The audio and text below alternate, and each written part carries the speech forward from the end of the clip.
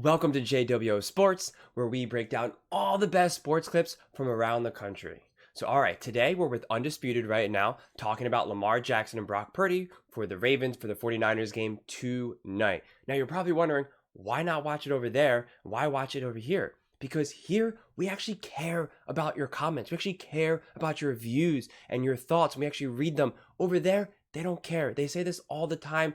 They don't respect us. They don't think we know what we're talking about. I disagree with that completely. So come over here where you actually get some interaction. If you like what I'm saying, let me know. If you think what I'm saying is crazy, also let me know.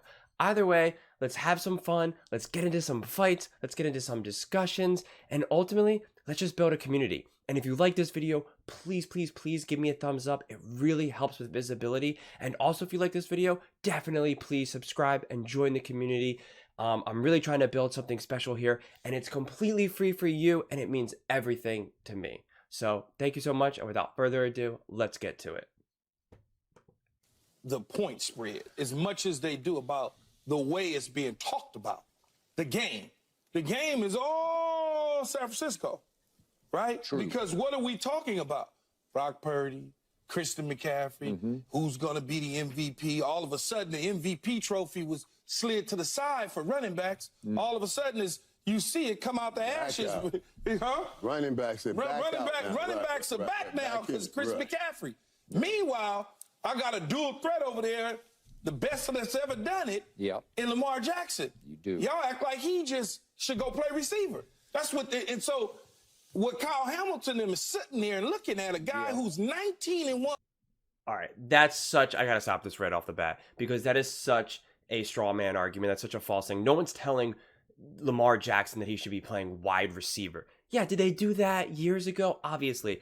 That scout got it wrong. There's other scouts that have said QBs should have been wide receivers, and it worked out perfectly. So, I mean, can we get rid of that narrative there? I mean, like, that's such an old narrative. Nobody is talking about that right now. Nobody. They talk more about Brock Purdy being Mr. Irrelevant or Tom Brady being drafted, obviously where he got drafted and all that. No one, during any broadcast, I mean, are they still really bringing up about Lamar Jackson was asked to become a wide receiver? And also, let's also stop pretending like it was like the most outrageous thing ever. Lamar Jackson's athleticism is insane. He is an athletic freak. I guarantee you he would have succeeded as a wide receiver. So this idea that it was like so absurd to think that he would do that, I mean, listen, is it a bad take technically? Yes, of course, because he's a great quarterback and he will go down in books as being, you know, an amazing quarterback, without a doubt. But it's just when someone is so athletic and such a freak of nature, you know, you're thinking that. And honestly, Lamar Jackson was kind of the reinvention of the running quarterback. I mean, of course, you had players like Vic and stuff like that, but Lamar Jackson, I feel like, has really taken that to a whole different level, especially during an era when we were kind of getting away, right? Vic's play never really proved to win necessarily, right? You had, you know, obviously Tom Brady, Peyton Manning, Eli Manning, right? You had these traditional pocket passers. You had a backup quarterback like Nick Foles, who had no mobility, step up and win, right? And so that's why, you know, we, in a lot of ways, we were kind of getting away from that athletic quarterback. And then obviously with Patrick Mahomes and Lamar Jackson and a few others, it came back in style. So this whole narrative of talking about him being a wide receiver, just retire that already. No one's talking about that right now. So stop acting like that's even a conversation. That was years ago. Let it go. Against the NFC as my starting quarterback, 19-1 since he's been in the league underneath the center against this conference. Yeah. You're now saying that we shouldn't even show up and get off the bus. True. And so that's the disrespect part. The point spread, it's all of the noise when you look at the promos. The promos are showing McCaffrey and Kittle and Purdy, and then a flash of Lamar. But then here it is again. But if you understand point spreads, 5.5's a lot of points I for two understand good that, teams. But as players, I'm telling you, we're not looking at the point spread. We're looking at everything else that's coming out. We get these clips. There you go. We get these clips in our lockers, after, when we play. Right. We hear and see everything that you would write, Skip. You might not even be writing It's a stack of a stack, Let- and they let's all explain put what a together packet is. a It's a package. packet. Yeah, it's like Okay. a packet. And it got It's all the articles written about you, all from everywhere in the country. It's a packet come out that thick. Yeah. on a given day. On every- on Wednesday. Right, they'll Wednesday. drop it in there. They'll drop it in. We Oh, they got them give it to every you every day. single day. They give it to you every Starts on day. Wednesday. We all take this pack and run to the steam room or sit in the steam room, the hot tub to warm up. Whenever you hear players say, I don't read it, I don't listen to it, Coaches you're being too. disingenuous. Coaches too. We all get this pack. And we wait on it right on our little lunch. We get over here, and we go read everything everybody says. Wait, he said that? Yes, About me? everybody. We And said, coaches Well, the other thing that I'll say is that the reason why you have Brock Purdy and, the San Francisco 49ers leading so much for the promos and stuff like that, that's because the 49ers are a massive market team, right? They are massive market. They have one of the craziest fan bases, right? The 49ers versus the Cowboys, playoffs was like this, one of like the highest rated, NFL games, at least especially in modern era. So it's just a massive market. No one talks about the Ravens because Baltimore, they've obviously, they're considered a blue chip, football program for the most part, but they don't have that same buzz. Obviously depending on where you live in the country. But for the most part, you can kind of show up anywhere in the country and you'll see a San Francisco 49ers jersey. You'll see an Eagles jersey. You'll see obviously like a Patrick Mahomes these days and stuff like that. You don't see a ton of Ravens jerseys. They don't have this all-star lineup of all these likable players. That's also the problem with Lamar Jackson. And I love Lamar Jackson. I'm a Lamar fan. So don't think that I'm hating on Lamar. But he hasn't marketed himself as the fun, likable guy.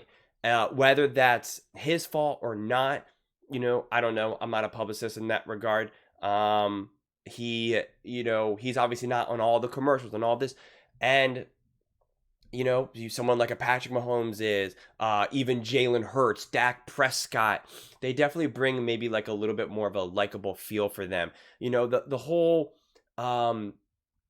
Ravens personality and their whole kind of culture is hard. We're hard. It's this dark purple, visor. Can't see, you can't see my eyes. We're dark. Let's go, right? We're here to beat you up. It's not magical and finesse and jumping off like that. Outside of Lamar, though, who's obviously is magical and finesse like. But that's, the Ravens as a whole, though, their organization doesn't have that, right? It's this more like gritty, like let's go, we're from Baltimore, And 49ers, obviously, it's the West Coast, it's California, it's it's all fancy. Cowboys have it's the Cowboys, it's the Dallas Cowboys, the biggest franchise ever.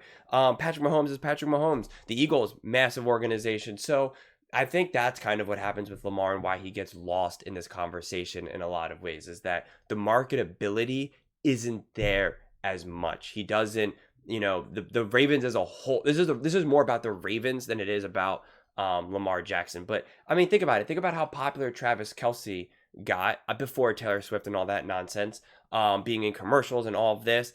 And that largely happened because, he was winning and because he has a really strong personality and he's kind of made himself known.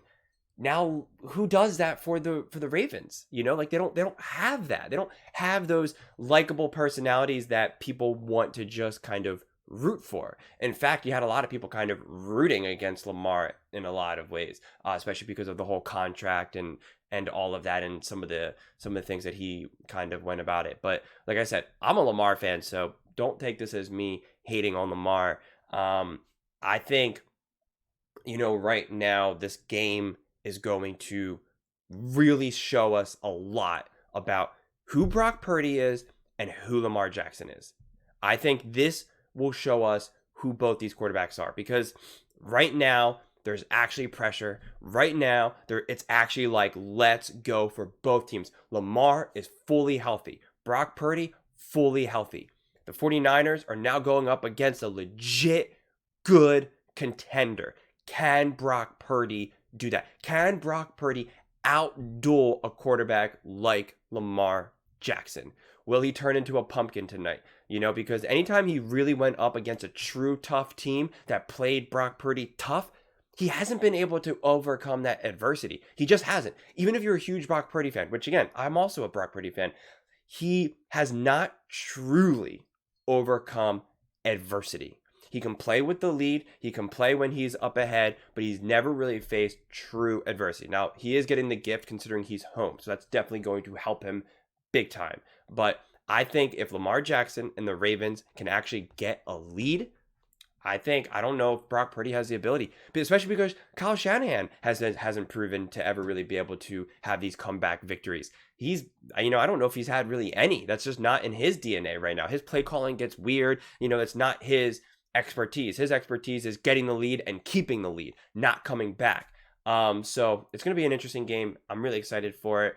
But what do you guys all think?